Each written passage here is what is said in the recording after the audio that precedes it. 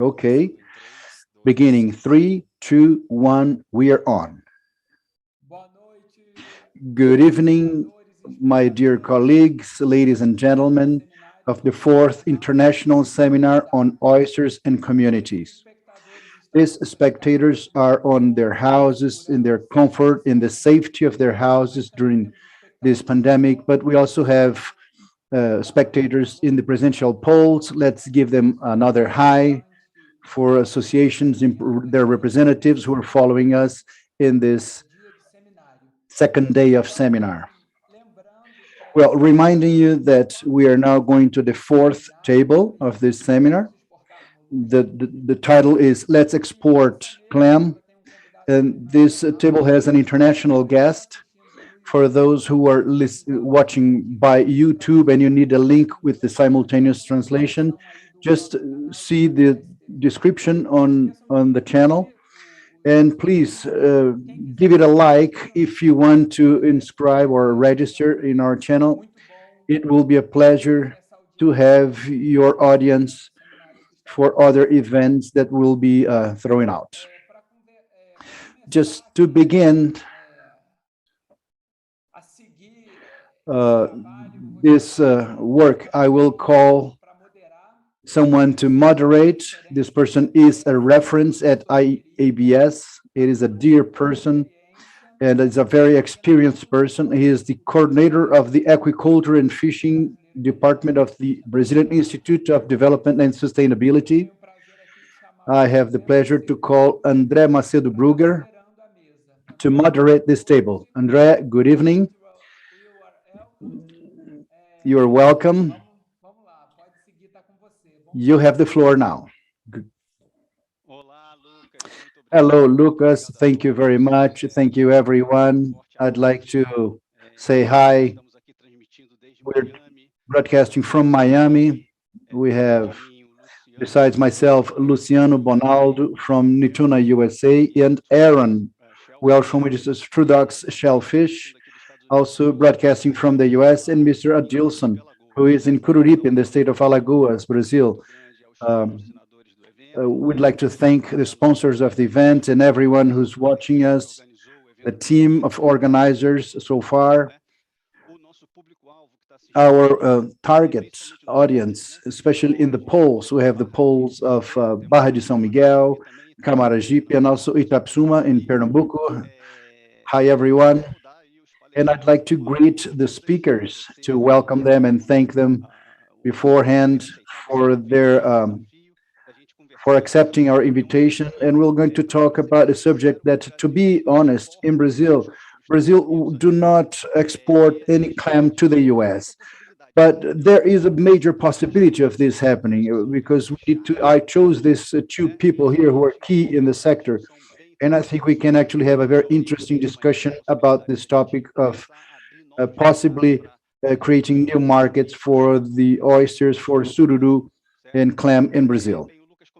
Well, Lucas commented that I am the coordinator of aquaculture and sustainable fishing at IABS, but I'm also a consultant for Neptune, USA.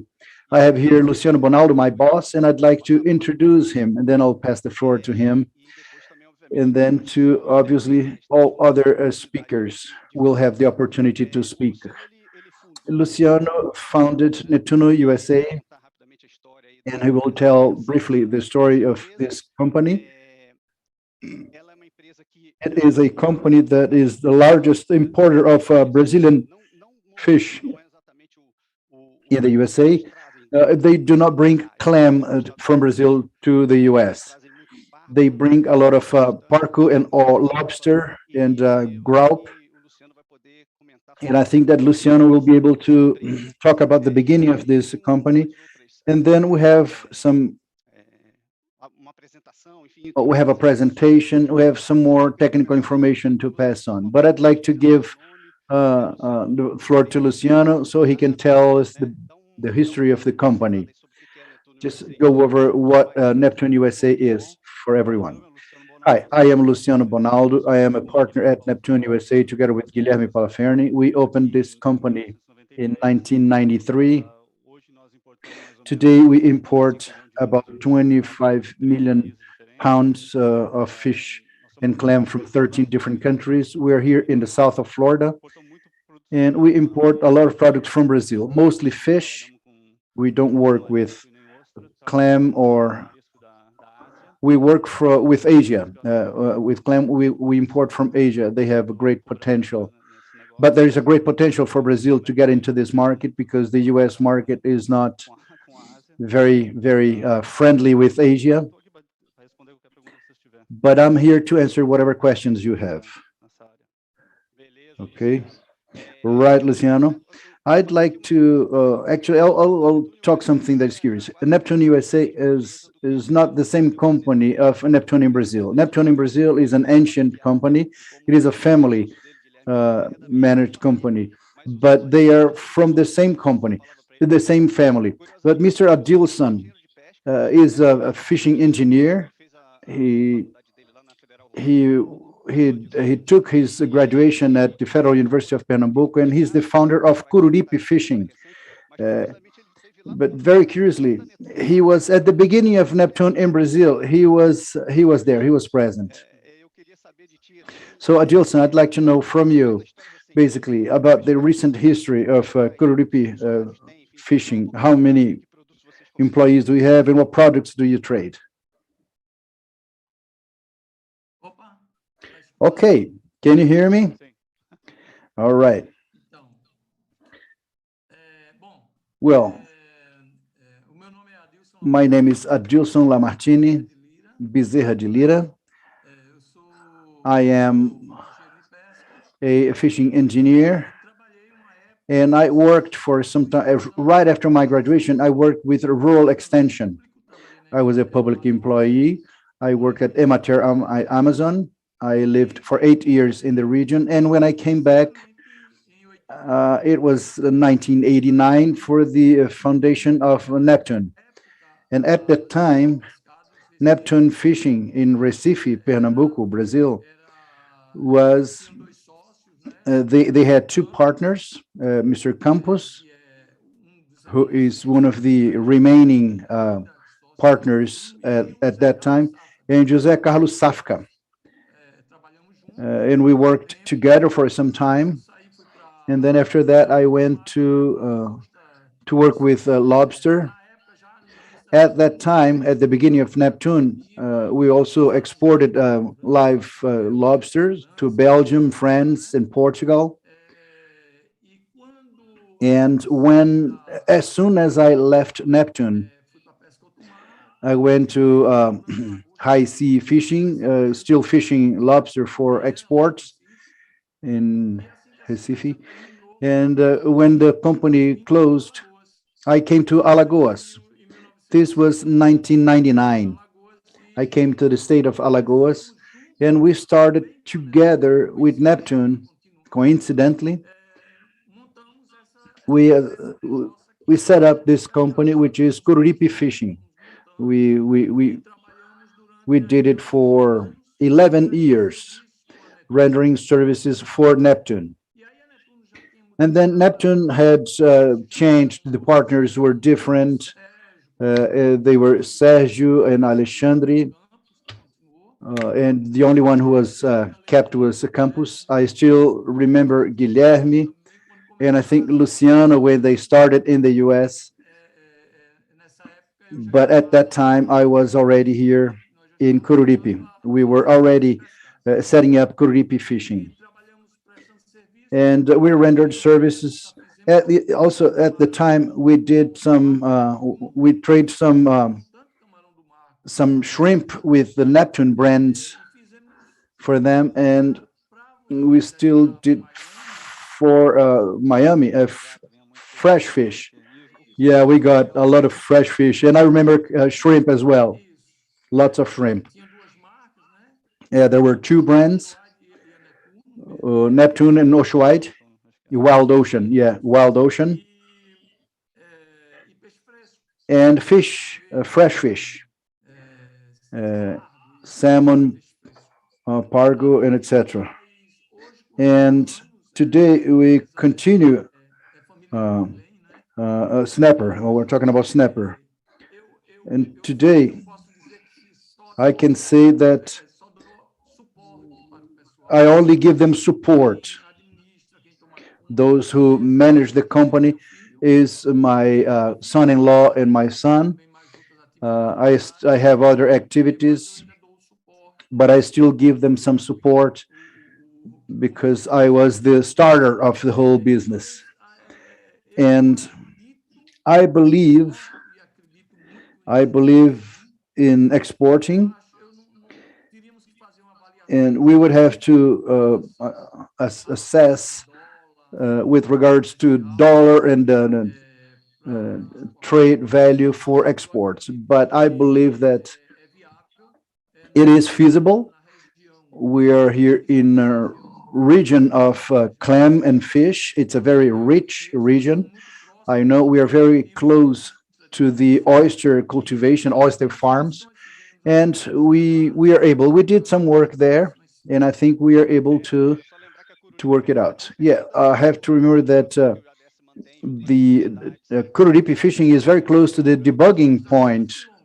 Yeah, we are about 6 kilometers from the debugged oysters points. We are neighbors, and we were able to negotiate a lot of technologies here.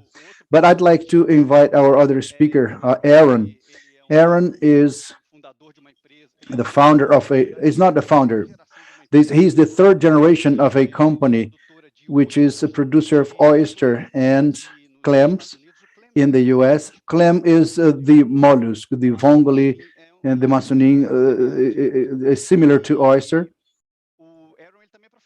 And Aaron is also a professor at the University of Miami in the aquaculture program, and he's a very good specialist in sustainability. I remember I met Aaron in a presentation where he was assessing whether the Pijupira had any impact in Panama, in a project in Panama, and Aaron made a bright presentation. And after his assessment, you notice that the impact is very low because he compared the dynamics of ocean dynamics and the traps that were used. So it is a pleasure to have Aaron with us, and I'd like Aaron to speak up about the company, about the shellfish, and of course he'll have enough time to comment. But first of all, just how long has the company been on, and what products do you produce?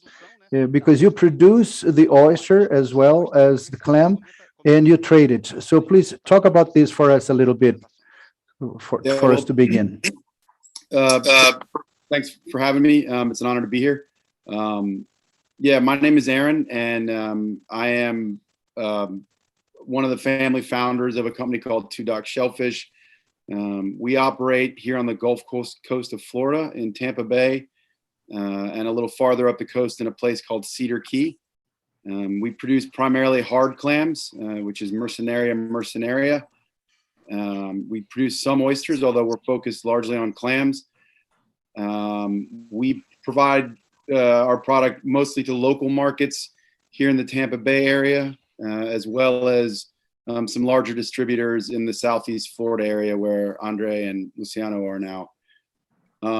We're a small company. Like Andre said, we're family and employee owned, and we have about half a dozen employees.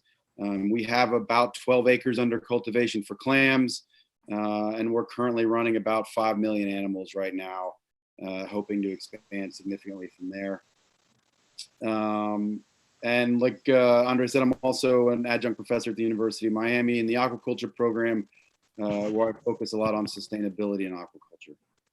And that's the short version of us. Been around as a producer part-time as far back as 2012. We've been a full-time clam farm since about 2016. And we've grown our production from a few 100,000 animals to several million. We're also vertically integrated. We've built a hatchery recently and produce our own seed. We're excited about the future, and we're excited about shellfish and the market here in the United States and beyond. Excelente, Aaron. Muito obrigado, muito obrigado. Bem, eu queria saber se tem como Thank you, Aaron. Thank you very much. Well, let's see if we can complain. Is translation working well? I have the audio in Portuguese. I hope everything is okay. I'm hearing you fine. Thank you. All right. So I'd like to pass the floor to Luciano. And he has a presentation that we're going to do together.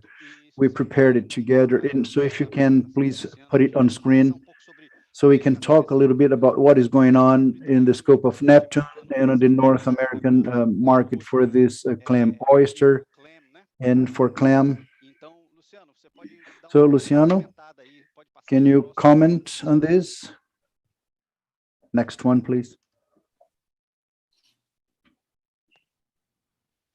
Bom, aqui esse é o produto que nós trabalhamos. This is the product we work with, which is our clam. It is produced in Vietnam, through aquaculture, and we import in the last 12 months about 36 tons. It is a product that we see is growing very much in the US, in an average of about 20% a year, at least our volume. And today, the plant we work with in Vietnam is not able to provide or to supply for our growth. It is a product that comes frozen, already cooked. Exatamente o processo, eu não sei como é que eles I don't know the processing because they never reveal it, but it's a product that is vacuum packed. It is cooked inside the shell or inside the bag, which is 1 pound. And when it's cooked, all natural juices of oyster that are very much used here in the kitchen still remain inside the bag. When it is defrosted, you can actually put a whole bag in a plate in a restaurant. That's how it's used. This is good because it eliminates a lot of problems with the FDA in the US related to bacteria due to the fact that it is already cooked. O preço de mercado The market price of this product today, in the last 12 months, was in between $1.20, and now with this whole crazy going on around the world due to the logistics and which is affecting everything, the prices of everything have gone up. We have a certain inflation in the US, so we see the price going up to 150 per pound. That's what we are paying for right now. If it's going to remain in this level, we don't know. Nobody knows. And the good thing, Luciano, is what you said, the fact that it conserves the liquid, the juices, so it actually keeps its flavor when you make a pasta, etc. It still has that sea water and its natural juices, which helps the trade because it is sold by weight. So you have the meat, the shell, and the juices. Because if you remove one of these three ingredients, then the weight goes low, and the price changes. Next one, please.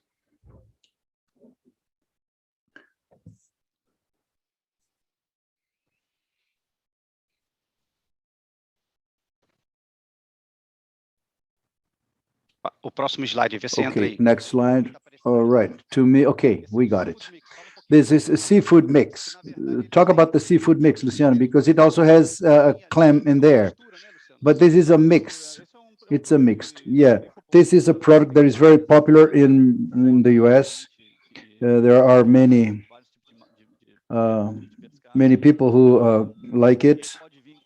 It could come with oyster meat or clam. This is mexilhão. And it depends.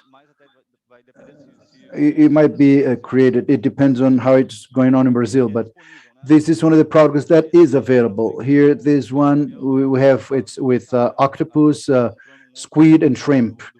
We're buying from Peru, which comes with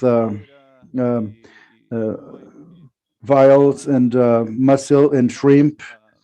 And there are several mixes that can be done. This is very well accepted here in the US, especially in supermarkets. Yeah, I wanted to comment that 140 tons, this is what Neptune brings. The market is much larger in the US. We're here talking, Luciano got the numbers of what he imports, where he imports from, and how he imports. Because, for example, 140 tons of this product, just to give you an idea about snapper. I know this is not the subject, but pargo, which is the main product that we bring from Brazil, not only Brazil, but from Asia as well. Can you give us a number? Well, adding everything is about 7 million pounds. 7 million pounds, about 3,000 to 4,000 tons of product. So it is really this thing of clam is a very small business, but it doesn't mean it cannot grow. It is these are connections. What type of product can we tackle or try to bring from Brazil? Now you can see that Neptune has a few characteristics, and I want Luciano to comment on this. Neptune opted by the frozen product, and the frozen product brings a lot of advantages with regards to a fresh product. There was a time when Neptune of Brazil, yeah, we did import frozen fish at the beginning. For 10 years we did it. But then we evolved and we came to the point when we saw frozen product was much bigger business, had much more possibility, much less headaches, and much less risk, which is most important for us. I think for everyone. You see, you know that fresh product will last very, very short, and our frozen validity is from only 24 months. So it gives us a good flexibility to work the product in case of a change on the market or anything. Right, right. And your comment was very good that the product that was pre-cooked or was processed or it went through a processing plant, and that's why I call Adilson here. We're working very much in the state of Alagoas, Luciano, and they have a major project there with sururu, and in Pernambuco now we are working with Masunim. And in this territory, in the state of Pernambuco and Alagoas, we have a lot of plants with a SIF, plant that are prepared for exports. Adilson has one of these plants. They can do this processing. Yeah, and they do have other varieties of clam, sururu, for example. We don't import it, but we're in a market in which I think there is a lot of Colombian, Venezuelans, a lot of Latin people, and they know this. And I've heard many times the market asking for this type of product. So it is quite interesting for the US market, even for the Latin population who lives here. I think in the next slide, you separated some images of different products. For example, you see the amount of thing that comes here, this type of product. If you could comment on this. These are not Neptune products, but these are products that come over here. Yeah, the first one is domestic product, which is an oyster meat that is sold fresh here in the US. It wouldn't work if it was from Brazil, because fresh oyster meat is complicated to keep in goods or edible, to keep it edible. The second one is Campbell's in the US. We have the clam chowder, which is made with the meat from the clam, and we've been in touch with this company. We wanted to sell them some products, and the volume was ridiculous. So the second is an oyster on half a shelf that is frozen, which is also imported. I know this brand, but I don't know where they are from. And the one below it is a product that is very much sold in the New Orleans area, which is a floured oyster meat that is sold in the US. and it is only flowered here in the US. So everything else is done in the origin. Yeah, I remember we placed also this image of the purina. Purina is a product made from the shell. As we're going to talk about this tomorrow, about the circular economy.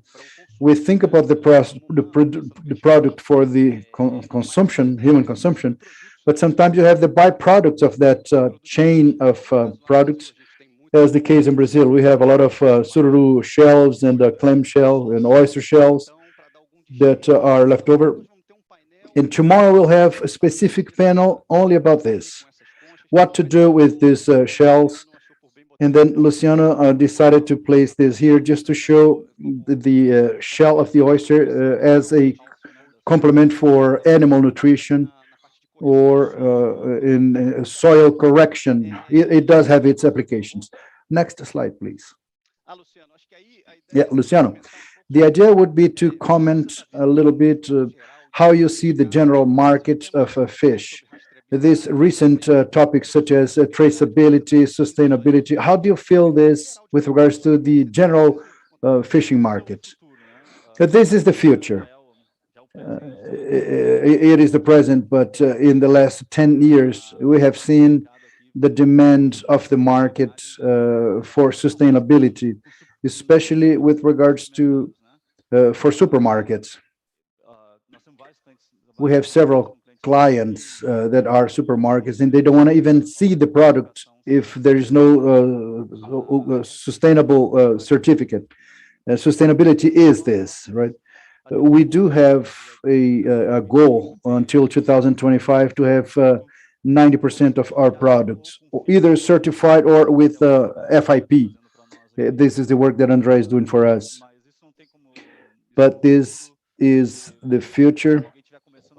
If anyone is beginning something in Brazil, you can start with this bios, because this is the proper way to do if you're thinking about the future.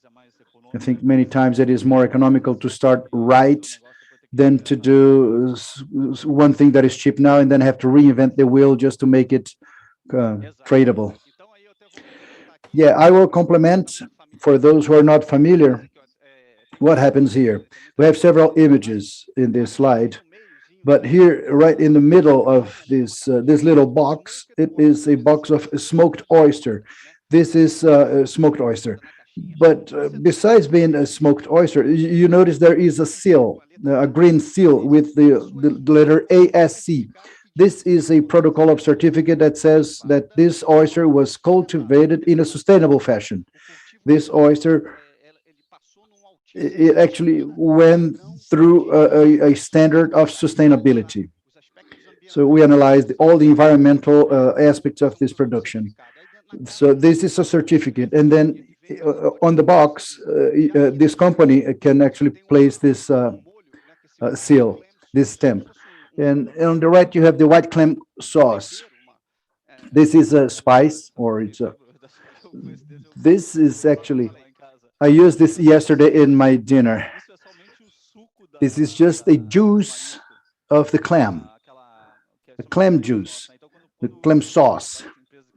Several companies which process only the meat, they remove the meat and to do something else, and the juice that is remaining from the cooking process, they still use that juice, and they bottle it and they sell it.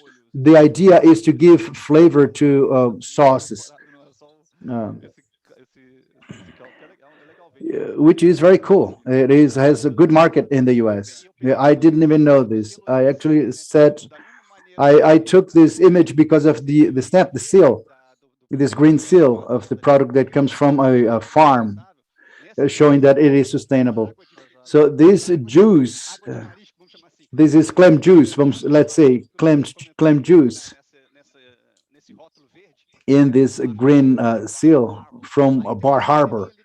There is another seal which is blue that says that this clam was captured. It is not from a farm, but it was collected.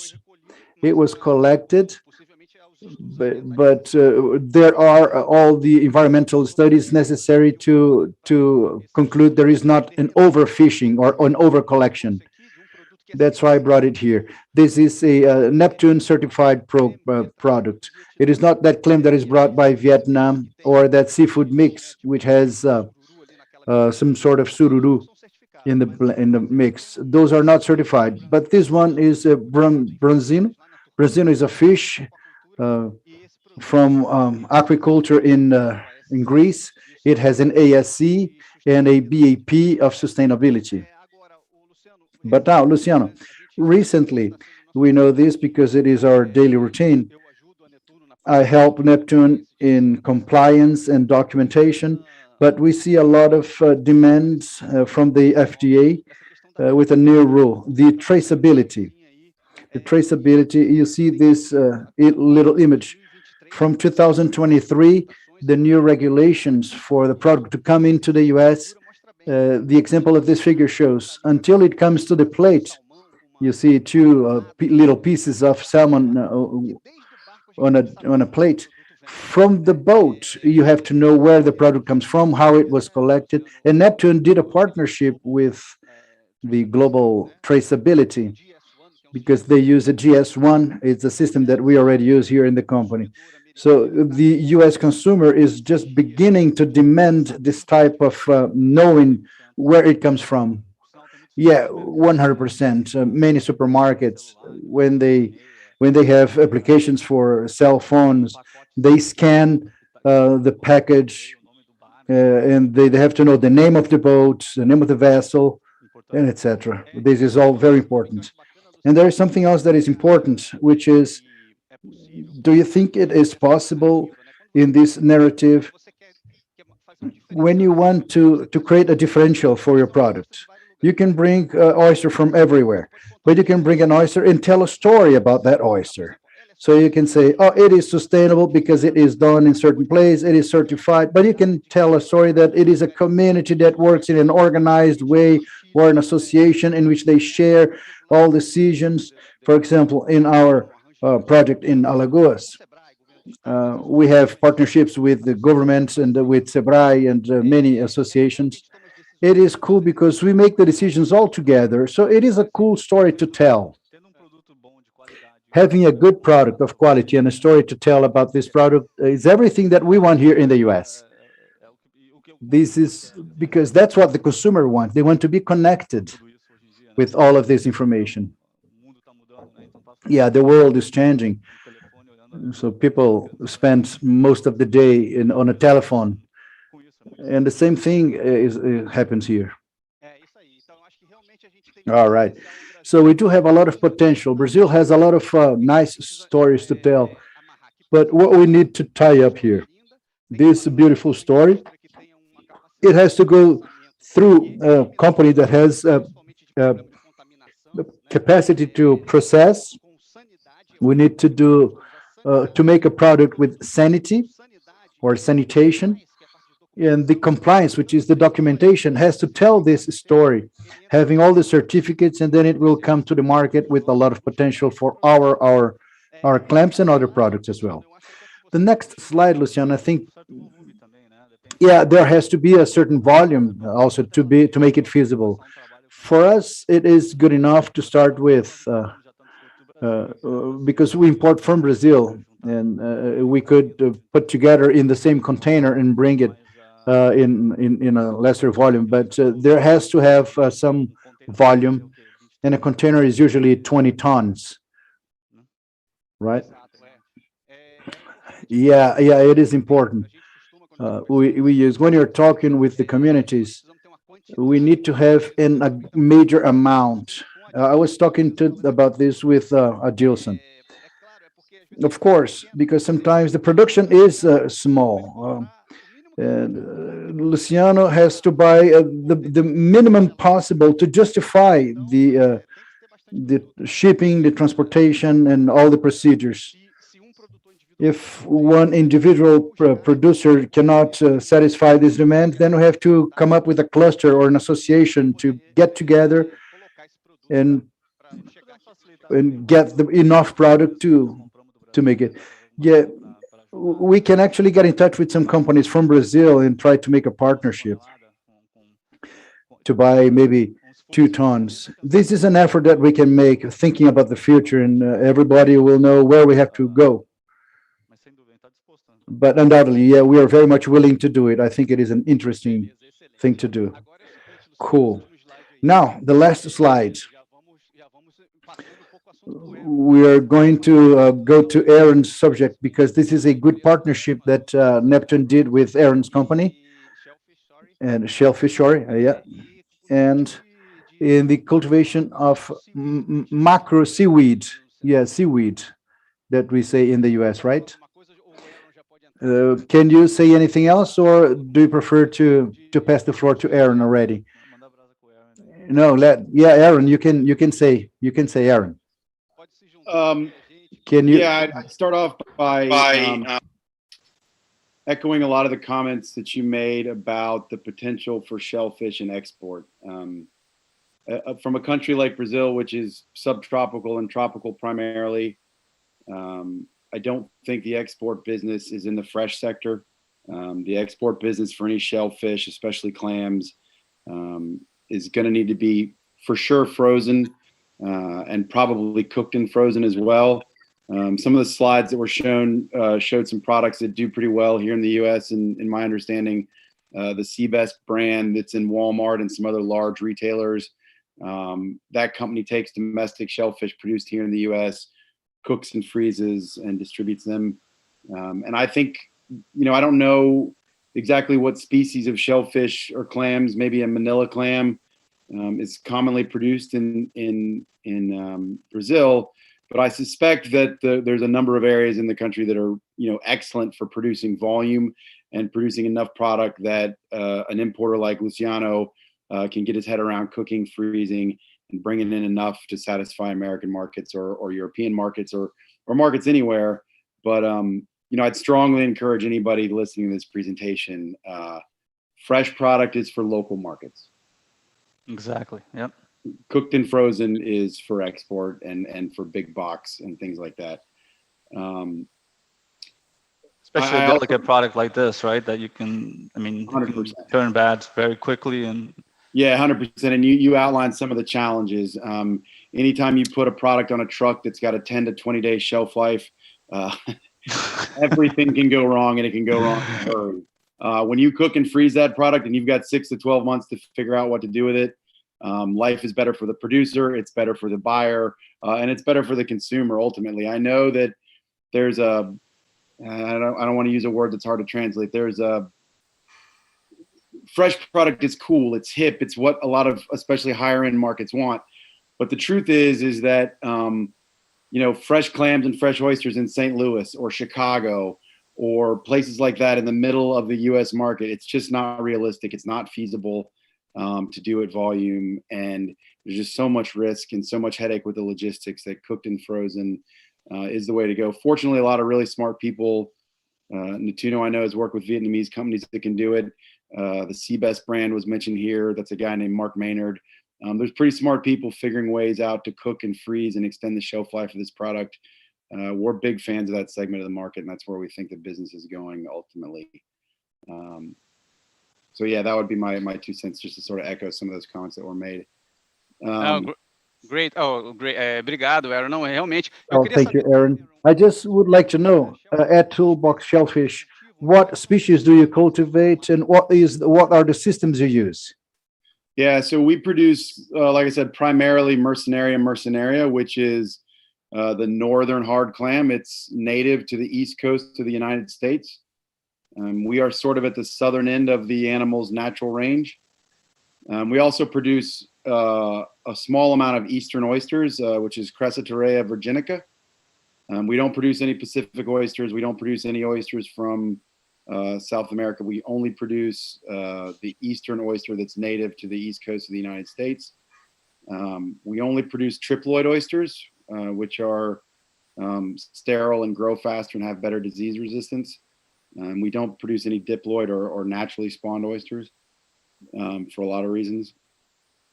And so those are the 2 primary species we produce. We also work with a local species called the Ray Venus Clam, which is Macrocallista nimbosa. I suspect that very few people listening to this are familiar with the animal, but it's a venerid clam. It's a beautiful animal. It cooks up pink. It tastes more like a conch from the Bahamas than a clam. We do a very small amount of that. We're sort of trying to learn how to culture the animal. It's a tricky animal to produce at scale, so we're working with it. We've probably killed more sunrays than we've harvested, but we're working on it. So those are the three main animals we grow. Ok, obrigado. Não, eu acho que eu tive a oportunidade de thank you. I actually had the opportunity to visit some farms, oyster and clam farms in the west coast of the U.S. In the Gulf. And I'm sorry, this is not rock science, but the way they grow. We do something similar in Brazil.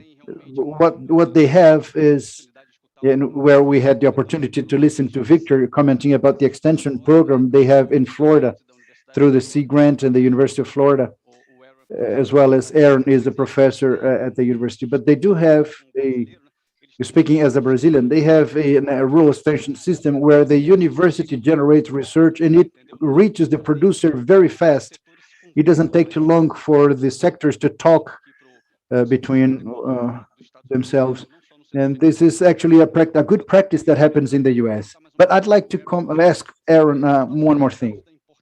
I was looking at import data of the US. Only this year, 2021, we are still in August, but thinking about in 6 months, in the US imported 10,000 tons of clam, of several species from several places, 10,000 tons, 5,000 tons only from China. So do you think this product is coming here? Of course, there is enough market for this, but yeah, so how can they compete? I always tell people in my life as a producer, running a shellfish company in Florida, I've never had a demand problem. I've only ever had supply problems. My biggest problem is not that people don't call looking for product. My biggest problem is that there's too many buyers that I simply don't have the volume to help out. So those numbers, I haven't done that research, but those numbers make sense intuitively in my gut that makes sense. Some of the very largest American producers here in Cedar Key, Florida, they're running 50 or 60,000 grow out bags at a time. So there's a couple different ways to plant clams. One is to free plant them in the sediment and then cover them with a net, and you can pump them out of the ground a year or two later.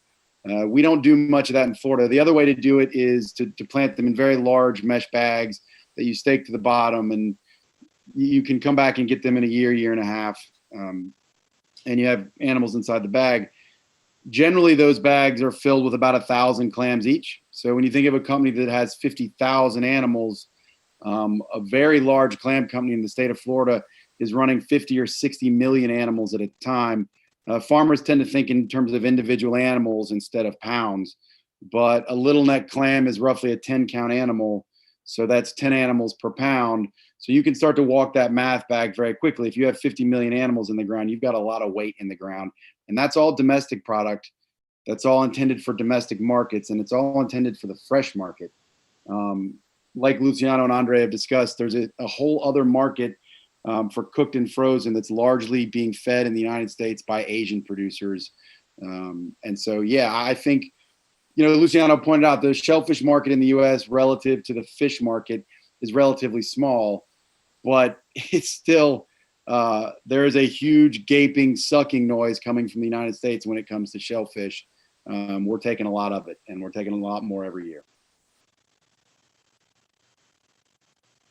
Certamente eu concordo com você. For sure, I agree with you totally. You did a very interesting analysis. And I think that's the way to go. And Luciano mentioned that there seemed to be a change in the perspective of the US consumer and the product. I know you had been in Brazil, right? That's the question I want to ask you now. I know you went to Brazil. It was brief, but do you think there is a potential for Brazil to send products to the US, oyster and clam, clams in general? Because after all, what happens, as Luciano said, there is a change in the perspective of the U.S. citizen to be bringing products from China or Asia because of this politics that is going on. In my experience, the American consumer is extremely cost conscious. At least the top 10, 20% of the market. I service a fair amount of that with direct to restaurant sales, but the bulk of the seafood market below that is extremely cost conscious. And it's not particularly concerned with country of origin in my experience. So in my view, any Brazilian company or any company in Latin America that can develop a cost-effective, reliable system for producing the animal and appropriately processing it and getting it to Miami or New York or Los Angeles without too much shipping and transportation charges. Yeah, I don't like. I think you're gonna have the same problem I have. I think you're gonna always have a supply problem, never a demand problem. Yes, I think there's a lot of potential. Yeah, there's two markets, right? So you got the food service, tem o mercado para restaurante. Yeah, there is a market for restaurants and the supermarkets directly for consumers. The directly for consumers is where this thing of origin has more value. When it is for restaurant, it doesn't really matter, right? They just want to know how much they're going to pay and how much they're going to save in terms of price. But both markets are gigantic. And I would say, Luciano, you have a little more experience with that than I do. I mean, nobody really asks me about where my product comes from. Everybody knows where I farm and where I produce. Yeah, no, you're 100%. You're 100% right, because when it comes to the restaurants, it is like that. It's a price thing. Nobody that sits at a restaurant looks at a menu and is going to see that, oh, my snapper came from Indonesia, and nobody puts that on the menu. But when it comes to retail, people are a little bit more pay more attention to that, and it's a little different world. Exato. Agora, Aaron, queria pedir para você comentar. Now, Aaron, I'd like to ask you to comment about this new innovation, this new project of macro seaweed cultivation. Can it be a good possibility, economic possibility, and also environmental possibility due to the capacity of the seaweed to sequestrate carbon and have other properties? I mean, the short answer is yes. We're excited about it for all the reasons you just laid out. I would say that I started life working on fish farms, not shellfish farms. And one of the things about a fish farm is the cost of feeding the animals is unbelievable. A well-run fish farm, the operational cost, about 70% of the operational cost will be feed, just feed. Our company is extremely excited about any organism that we can produce that we don't have to feed. And that includes macroalgae. I've had long discussions with Andre and Luciano about this. We're not experts in macroalgae, but we want to be, because we think there is an enormous future for macroalgae for a variety of different reasons. It's already a very large scale business in especially Southeast Asia. There's an organism we're doing a little work with called Euchema isciform.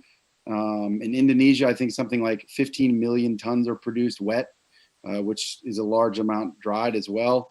There's other species such as Calupra, Gracilaria, that all have various uses, food additives, a direct-to-consumer product that's eaten fresh like a vegetable. It can be converted into packaging. There's 100 different applications. It just isn't something that American producers have worked with a lot. That's changing. And it certainly isn't something that's been worked with a lot in Florida. So we're a big fan of any sort of assimilative aquaculture, assimilative meaning you don't have to feed the organism. And we're a big fan of new spaces that not a lot of people are operating in. We're looking forward to getting smarter about algae production and finding markets for the things we learn how to produce down here. Ok, excelente. Eu queria agora chamar o... Excellent. I now would like to call Mr. Adilson and place his slides, because I wanted him to comment about... Adilson. Oh, funny. Let me see if I can. Adilson, are you with us? Is he online? All right. Tudo bom, Adilson? Tá me ouvindo bem? Oh, can you hear me well? Yeah, your microphone is off. Okay, good. Okay, can you please adjust on presentation? These are only 2 slides. But Adilson, I wanted to comment. Of course, I know that Kururipi fishing experience. This is what I think. I might be wrong, but today the main product you have is shrimp, right? But what do you think about the possibility of these clams? We have sururu, masurim, marisco, depending on the region, the oyster itself. Do you think we're able to make good products with good quality in a plant like yours and export? Yes, I do. We actually had experiences with exports. Our plant is small. It is today, it is more interesting to work with shrimp because shrimp on an internal market, it is very profitable. So due to the fact that we're a small plant, it is worthwhile to work with shrimp. But we have already worked with fish, tilapia fillets, and I believe that we do have enough room to work or to start working with the idea of bivalve clam. Our region here is very rich in bivalve, that is sururu, lambreta, and mussel, both farmed as well as collected, naturally collected. And due to the fact that we already have a certain time working, and we have our traceability process is very efficacious. It was implemented. We do have a veterinarian doctor which takes care of this area of documentation at the Ministry of Agriculture. She is the one who takes care of all of this, and our traceability is very, very efficacious. So we would just give continuity to it. I believe that on the second slide, we'll show a good part of our company. Yeah, in this first picture, on the upper left corner, we see the cooking room. We do the cooking of shrimp. And we also did, in this test that we did with the mussel, we cooked the mussel in the same pans. This picture below is a part of our room, our processing room. This room, I believe that you're seeing 1/4 of the total area of this room, because this is just one small part, just 25% of the whole room. And this plant, it is very well located. It is near the producers. We're very close to the producers. I know the production area personally. That region is a region that has no pollution. It doesn't have any river where people use, it is exempt of heavy metals. However, this is a demand of our national program of sanitation and hygiene regarding the debugging of bivalve clams due to the toxicity and microalgae and pathogens and heavy metals. There, IABS is excellent. That plant of the debugging in the barriers that is very similar, it's very, very, very practical and very efficient. We believe that we wouldn't have any problem with the Ministry of Agriculture because it is a very efficient plant. But the Ministry of Agriculture is very complicated, very strict with regards to licensing. Yeah, Dilson, I remember. It actually seems a paradox. The debugging has a state inspection service, and Curitiba Pescado is about 6 kilometers from them, and they have a federal inspection. So you could actually receive product and export. So when we thought about sending one service of the state there, they said, no, no, no, you have to go seek it in the community.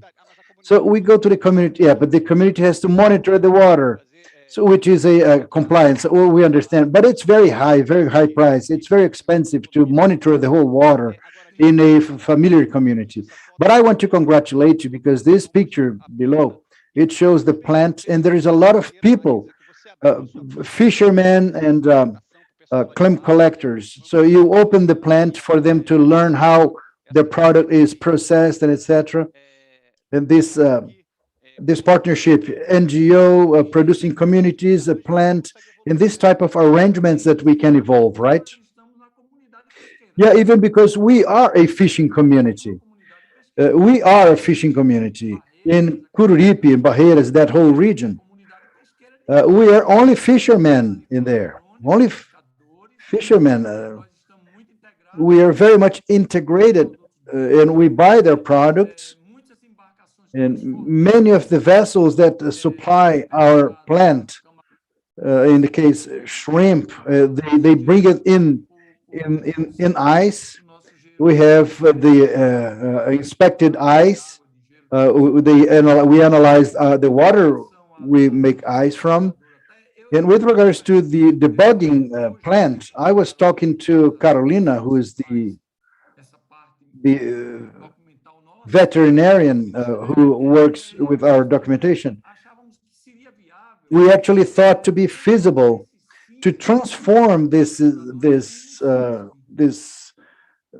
area of the debugging plant in a system, because it actually entitles you to place on the Brazilian market all the products. You would place it on the Brazilian market, and with this, the SIF, the SIF, since it is in a federal inspection system authorized by the Ministry of Agriculture, I would say I will research in Brasilia to see if it wouldn't be the case. If we have the CISP, we take this product from the debugging to export directly, to place it in our internal market. Yeah, on the legal point of view, I think it is a good way to go. But if you could pass the next slide, these are the results. Yeah, I want Luciano to look at it because this was what we tried. We tried to make two products. This is maçonim, but we didn't have any plastic bag to make a vacuum bag. We used the shrimp bag from Coruripe. So you see on the left, maçonim vacuum packed, is still in the shelf, and the right one is just the meat, cooked meat. And you see that this product has a tremendous application on the market, because a person could bring the product home to cook. This is so laborsome. And this little packages with the SIF, the SIF inspection, it's a major possibility. It looks like the product we import here. Yeah, and our shrimp, our shrimp that goes to the supermarket network, uses this also. Both them cooked or raw, they are vacuum packed in these packages, these plastic bags. It looks good. It's very presentable for the wholesale network. We just need to see if the business goes right, and I believe very much it goes. The issue on oysters would be the package. We actually had a project that we ran with Embrapa right before the pandemic that was almost feasible. And I don't know if you can listen well. My internet is actually pretty bad. Okay, good. Yeah, Adilson, we're going to retake. Let's see what we can do with Embrapa to make those other tests that we were willing to do. Now, I wanted to take advantage, since we have a few questions coming, I don't know how long we still have. Maybe I can fish a few questions here. We have 5 minutes to close this table. I think I'm going to, since we have questions, for example, they ask, the shelf life of this product is 20, for frozen product is 24 months, right? Yes, 24 months.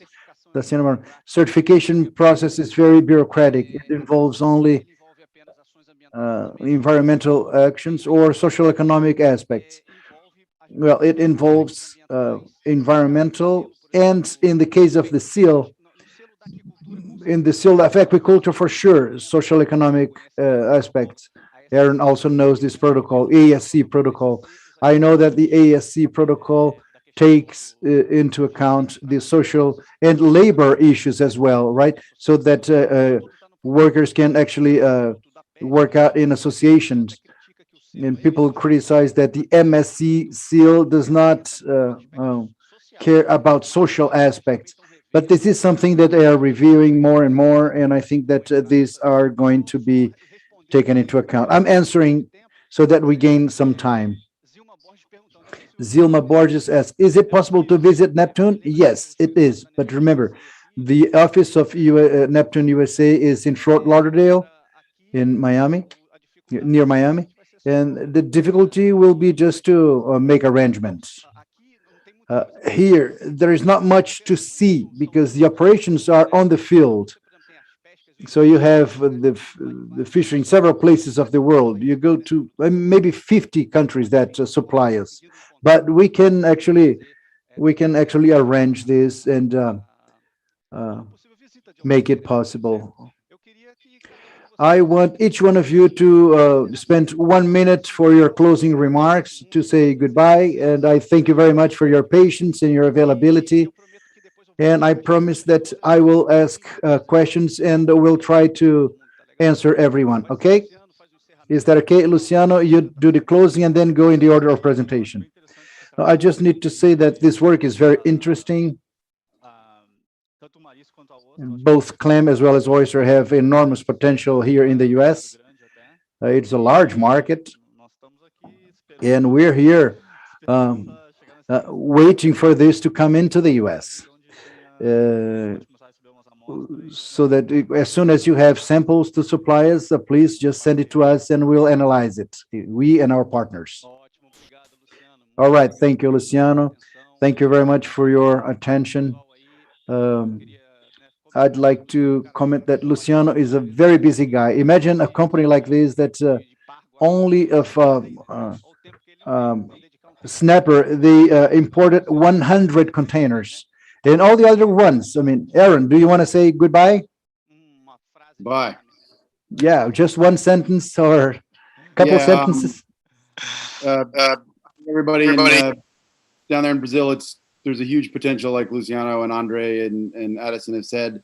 You can find Two Docs on the internet, Instagram, probably through Andre. If anybody listening has any questions, feel free to reach out and I'll be happy to give you my 2 cents. Thanks for having me. All right, thank you once again, Aaron. Let's go on with our partnerships and share for the algae, the seaweed to actually grow well, and we do well in this project. Adilson, do you want to say goodbye to your friends?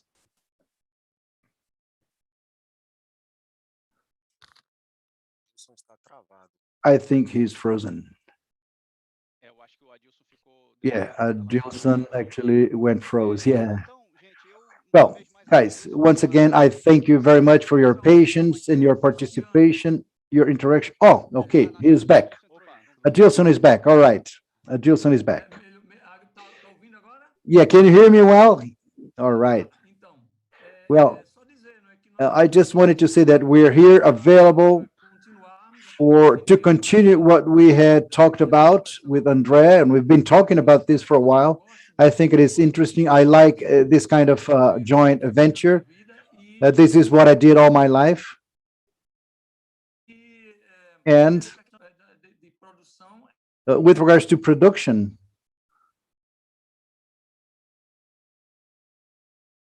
oh, his internet is... been pretty bad. Dilson's connection went down, but it's good that when he wanted to speak up, everything was right. I wanted to pass the floor to Lucas so that he talks about tomorrow's program. I want you to talk about tomorrow's tables. Oh, I'd like to thank you in mentioning that we are pretty much available for whatever you need. Okay, let's work with the NGOs. Lucas. Okay, Lucas. Wonderful, Andrea. I'd like to, you thanked all participants. I was here as a participant, learning a lot from Luciano, from Aaron, from Adilson. And I'd like to thank you, Andrea, especially our coordinator of the aquaculture and fishing from IABS, with this dynamic moderation and a very full of energy. It was very nice. I could notice all these good vibes of those who are feeling the market. And this is the spirit of the fourth International Seminar of Oysters and Communities. How do we take this technical knowledge to the field from practices? All practices are welcome. All practices have science on them. As we're doing this bridge, we're making this bridge. We had two incredible panels, and now we're going to export clam. I'd like to invite all of you, those who haven't registered on the seminar, get into the website that is here on the screen, register yourselves, fill up the presence list to receive the certificate at the end of the seminar. Make sure you see tomorrow's program. Tomorrow will be the last day of this fourth seminar. And I'm going to say that we'll have two nice tables. And I'd like to take advantage of this opportunity to thank our partners from the fourth seminar on oyster, beginning with the support from the mayor, the city hall of Itapissuma, where we have the presidential polls. We have the Barra de Camaragibe poll, and also with associations, Palateia, La Firme, and other illustrious presences, and also to the Rio Mar Association, Embrapa Alagoas, Ciagri Alagoas, Sebrae, and the Bank of Northeast, which are sponsors of this fourth international seminar on oysters and communities. Since we're talking about communities, André Brugger is here in this Center of Aquaculture and Fishing. I wanted to see with you, André, let's listen some of what our viewers are thinking about the seminars. What do you think before we close this table? I think it is nice. Please, if you can, I don't know how we can do it. I don't know if it comes in live or if you have any video. I wanted to see the polls, how it was today. So let's see it.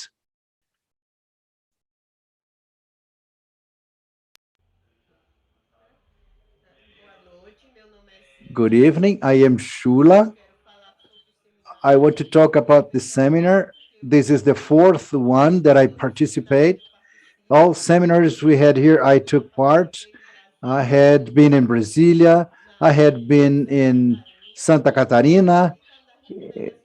And we take all this information, and I hope that everyone who is watching this seminar, I want they see how important this seminar is. We learn more. We are becoming more capable to work with our oysters.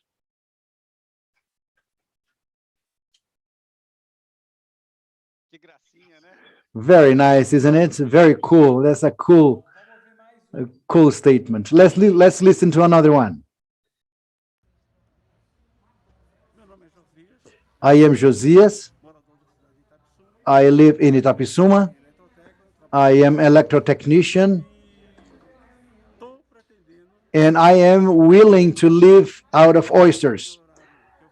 I have my work during the week, and on the weekends I like to fish oyster. And if I have an opportunity to sell oyster, I'm going to sell it and make some more money right on the beach in João Pessoa in Paraíba. And that's how we promote.